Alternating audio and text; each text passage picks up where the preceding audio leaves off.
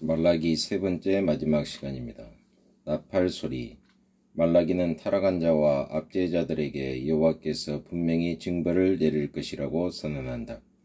보라, 내가 내 사자 말라기를 보내리니 그가 내 앞에서 길을 예비할 것이요. 3장 1절. 자신의 사자인 선지자를 통하여 여호와께서는 심판을 선언하신다. 일찍이 그는 그의 사자들을 통하여 그같이 행하였다. 이제는 말라기를 통하여 그와 같은 일을 행하신다.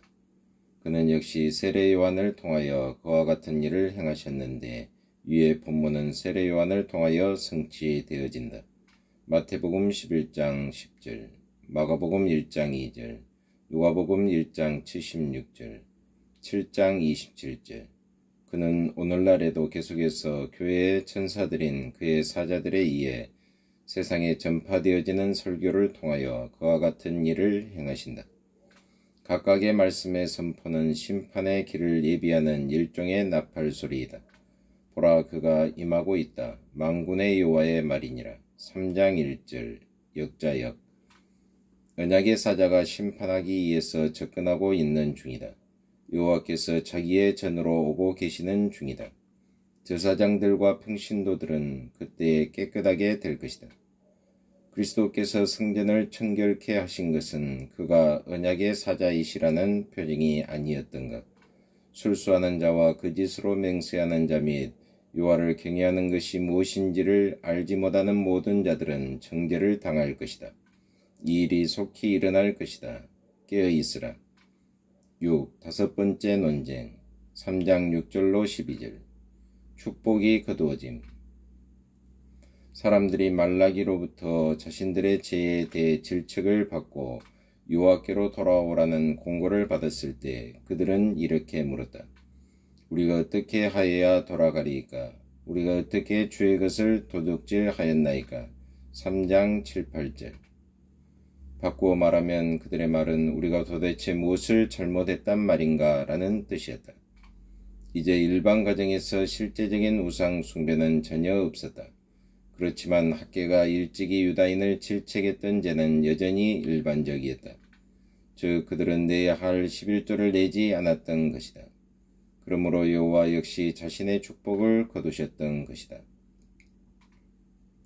사람들은 자신들이 어려운 때에 살고 있기 때문에 제사를 유지하기 위해서는 보다 적게 기증할 수 있다고 추론해서는 안 되었다.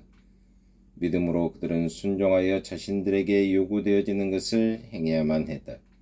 그때에 대한 창조주께서는 그의 창고를 여시고 농작물의 재앙이 미치지 못하게 하실 것이다. 너희 땅이 아름다워짐으로 열방이 너희를 복되다 하리라. 3장 12절. 7. 여섯 번째 논쟁. 3장 13절로 4장 3절. 뻔뻔스러운 말들. 유다인들은 여전히 말라기의 주장에 귀를 기울이지 아니하였다. 그들은 오히려 담대히 이렇게 외쳤다. 하나님을 섬기는 것이 헛되니 만군의 여호와 앞에 그 명령을 지키며 슬프게 행하는 것이 무엇이 유익하리요? 지금 우리는 교만한 자가 복되다 하며 악을 행하는 자가 창성하며 하나님을 시험하는 자가 화를 면한다 하노라. 3장 14절 15절. 에스라 또는 느헤미야 지도 아래 일어났던 개혁의 필요성은 여기서 부인되고 있다. 이러한 뻔뻔스러운 말들의 이면에는 먹고 마시고 줄기자라는 동기가 숨어 있었다. 다행히도 유다인 모두가 그렇게 생각한 것은 아니었다. 그들 중 일부는 여호와를 경외하였으며 그분을 자신들의 마음에 두었다. 말라기는 그것을 이렇게 묘사하였다.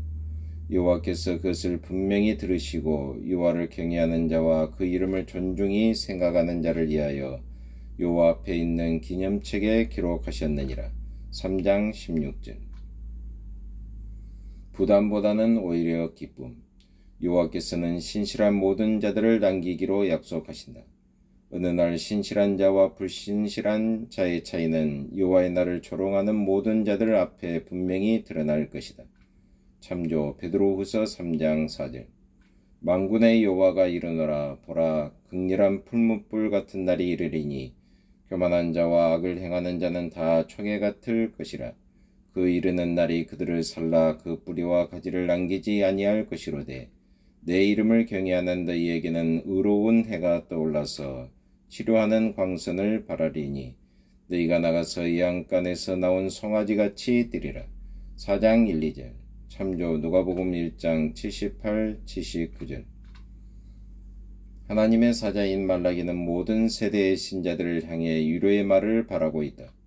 여호와를 섬기는 것이 부담보다는 오히려 기쁨인 자들에게는 참조 1장 13절. 모든 원수와 대적이 너희 발바닥 밑에 채와 같으리라. 4장 3절. 참조 로마서 16장 20절이라는 약속이 주어진다. 8. 맺는 말 4장 4절로 6절. 모세와 엘리야. 그리스도께서 변화산상에 계셨을 때 모세와 엘리야가 나타났다. 요한계시록 11장의 두 증인에 대한 묘사에서 우리는 이 두 선지자를 상기시키는 여러가지 특징들을 발견한다.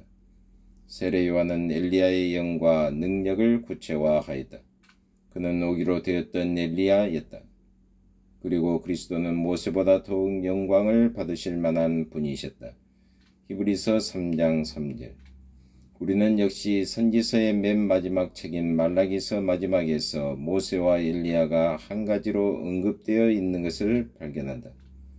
모세하면 여호와의 율법인 토라가 생각나고 엘리야 하면 그분의 율법을 어기는 모든 자들에게 하나님께서 심판과 형벌을 내리실 것을 선포했던 자라는 것을 떠올리게 된다.